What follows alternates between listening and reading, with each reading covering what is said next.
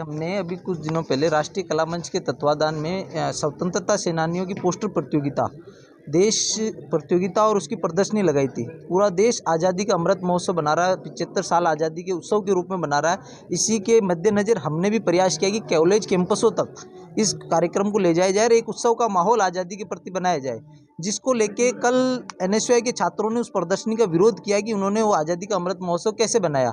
मैं इसके विरोध में हमने आज ज्ञापन दिया और ये चीज़ समझाई है कि देश का जो झंडा है उसके नीचे सारी पार्टियां, सारी एबीपी, एनएसयूआई सारी बाद में, हमारे लिए देश प्रथम है। और अगर देश के 75 साल अगर देश में बनते हैं तो हम सभी छात्र और एबीपी के लोग सबसे पहले उस अमृत उत्सव को बनाएंगे।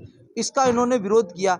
ये जानबूझ के आज, क्योंकि देश के आज़ादी का उत्सव बन रहा है, तो षड्यंत्र पूर्वक और प्रायोजित तरीके से इसको राजनीतिक रंग देने का प्रयास कर रहे हैं। और कैंपस में हमेशा देश की स्वतंत्रता सेनानियों का जो प्रदर्शनी थी उसका विरोध करना देश की स्वतंत्रता का विरोध करने के बराबर है। और ये जानबूझ के प्रायोजित तरीके से कैंपस के माहौल जेएनयू जैसा माहौल क्रिएट करने की कोशिश करना चाह रहे हैं और माहौल को खराब करना चाह रहे हैं, सिर्फ अपनी ओछी राजनीति और हाईलाइट होने के कारण, जो कि निंदनीय है। इसके कारण और इन्होंने जो प्राचार्य थे एस के उपाध्याय जी सर और शिक्षकों से दुर्व्यवहार किया, ये गलत है। अगर देश के किसी कार्यक्रम में अगर आज़ादी के अमृत महोत्सव कोई बनाता है तो उसमें अगर शिक्षक देशभक्ति भावना से ओतप्रोत होते हुए अगर शिक्षक उसमें सम्मिलित होता है तो मैं नहीं मानता कि कहीं गलत है। वो एक भारत के नागरिक है और उनको स्वतंत्रता है कि वो किसी भी कार्यक्रम, देशभक्ति कार्यक्रम में सम्मिलित हो सकते हैं। जिसका इन्होंने विरोध किया उसकी निंदा करता हूँ और इन्होंने दुर्व्यवहार किया जो उस पर कार्रवाई की मांग करते हैं।